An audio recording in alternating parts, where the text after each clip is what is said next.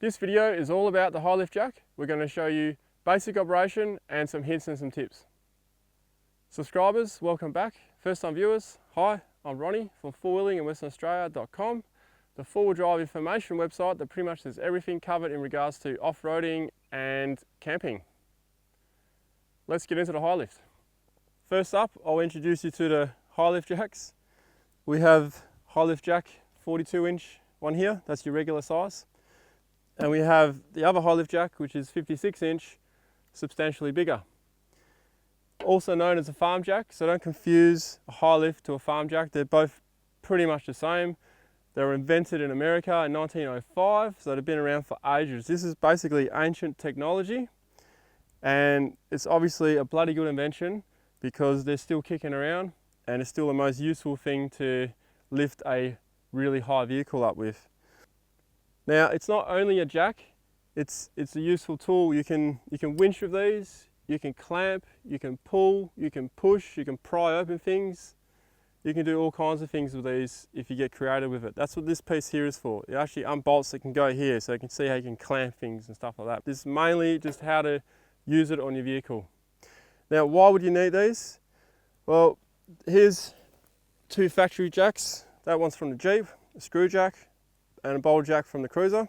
Now, this screw jack goes a lot higher than a boulder jack, but still, in most situations off-road, they won't do you any good, especially if you have a 2-inch lift or higher. If you've got a higher lift, you could almost chuck them out, but I wouldn't chuck them out, still keep them in your car because they can be useful for other situations.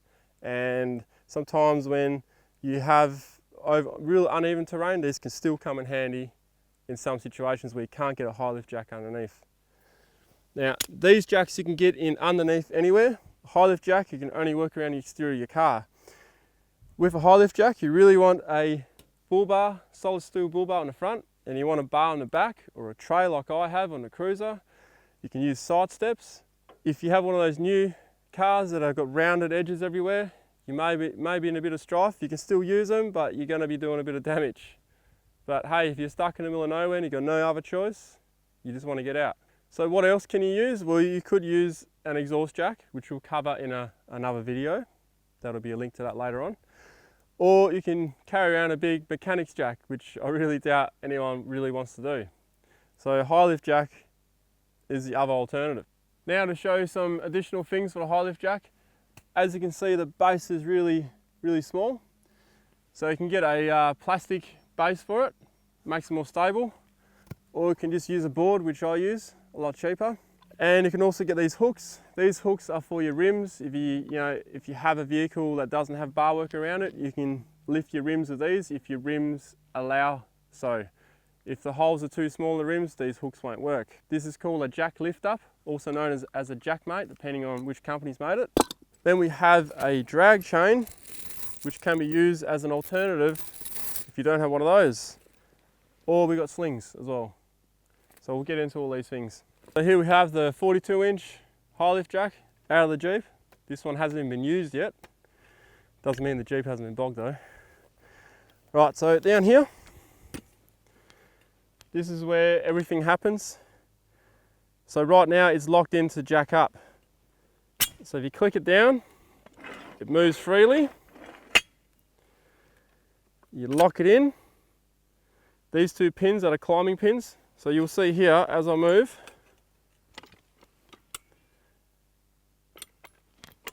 so what happens is when I move the lever down, the top pin will pop out and move up one, and then it'll lock in. And when I move the handle back up, the other bottom pin will pull out and go back in. That's how it climbs up this ladder. So that's how it pretty much just jacks up, like that.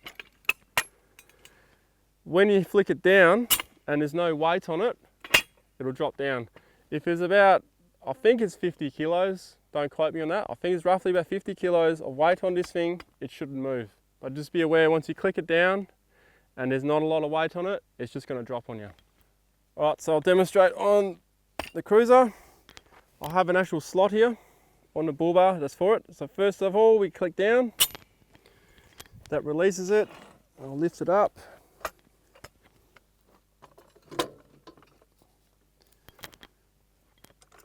lock it in, hold the top here to start with, okay? It's not going to be much weight, so you're not going to crush your hand or anything. Just to start with, put your hand there. Basically when you hit a click, after you've gone up, then you can go back down. If you click after you've gone down, you can go back up. Right, so now it's pretty sturdy. So now I'll put a bit of weight into it. Don't put your head over the handle and don't keep your arm in between. Now you can see how these are bloody dangerous because it's so bloody high up. If I didn't have that board here, because we're on this sand, the sand's pretty firm, but it will sink.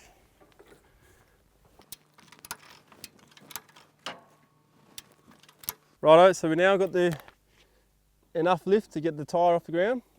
Now normally in these situations you probably have to go a bit higher because depending on what you want to do, like if you just need to get the tyre off, then that's high enough, but if you're bogged, you can now shove some stuff underneath the wheel. Right, I'm pretty bad with not wearing gloves, so I better chuck them on. Now we're at the most dangerous part of using the high lift jack, and that is now we've got to get the vehicle down. So this tab's got to go down, and don't sit here with your finger like that. Use something or give it a quick knock like that. Right, so now this happens in reverse. So what happens is there's no weight on this at all right now. This is where a lot of people get surprised. So get to here, once you hear that click, now all the weight's on this handle. If I let this go, it's just going to slam up there. So that's where all the weight is now. So once you hear that click, you do not want your head in there or your fingers.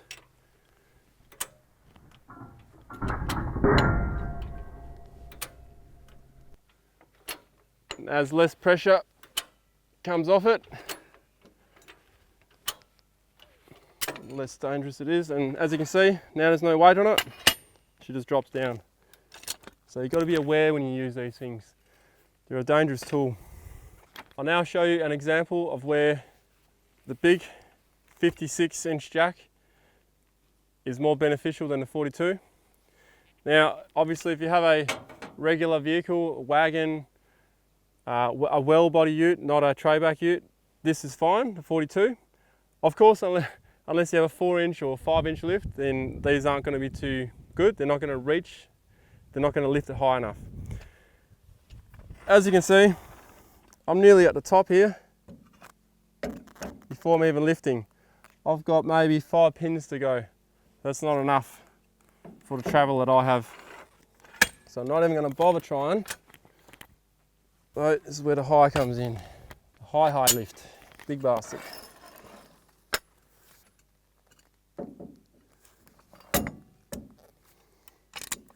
As you can see, I've got about an extra 10 pins to go up. So support it with your hand just until you take the weight. Again, never rush this. And now we can start lifting. Before you go any higher, chock up the front tyre and put it into gear so it's not going to roll away from you or slip over. So the tyre's off the ground. But as you can see, I have bloody dangerous these things. It's actually flexing, it's actually bowing here a little bit. Now it's got extra weight, so I'm not even going to play around with the handle here.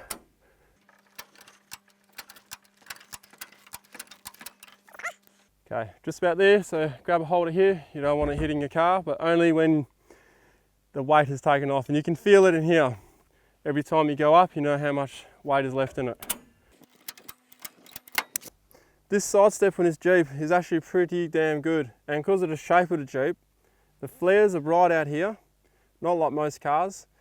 Normally the door will be a lot closer, so I'm not even that concerned here, but normally, like when I used to have the Hilux, I haven't actually lifted the cruiser from the side step yet, I haven't had to. I used to put the towel over here, or wrap it around the top, because I was paranoid that it would just shoot in, and it can happen, and it does happen. Depending on what happens down here, it might all of a sudden go that way or the other way. So just, I don't reckon take a chance, just put a nice soft shirt around here and at least it'll maybe prevent some damage.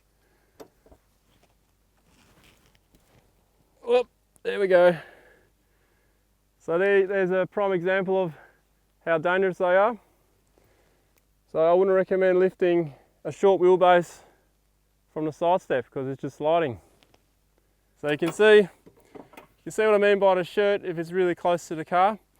We are lifting on an uneven situation, but you never know what situation you're in. Now the jack was level, but the vehicle wasn't. That's why you got to be so damn careful with these high lift and farm jacks.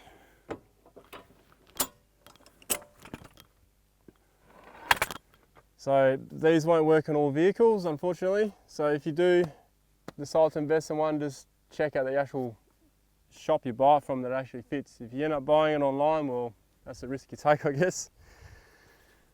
All right, so we're exact same situation here with the Jeep. It's uneven, but we're only lifting one wheel. Whereas before, being such short wheelbase, even on the long wheelbase Jeep, lifting from the side step just lifts the whole car. So we'll continue on here. Okay, the tyre's already off the ground. Let's just go a little bit higher.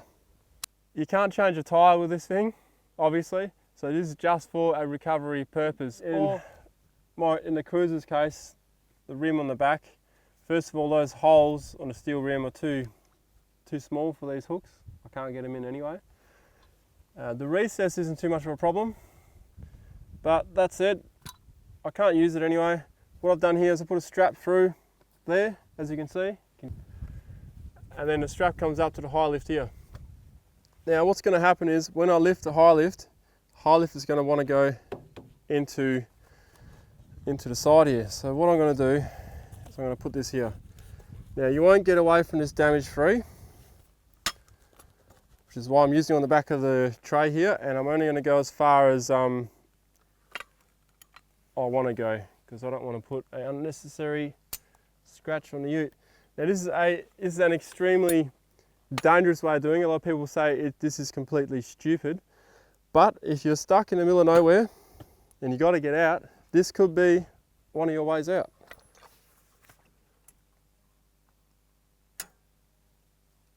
All right, now it's got the weight.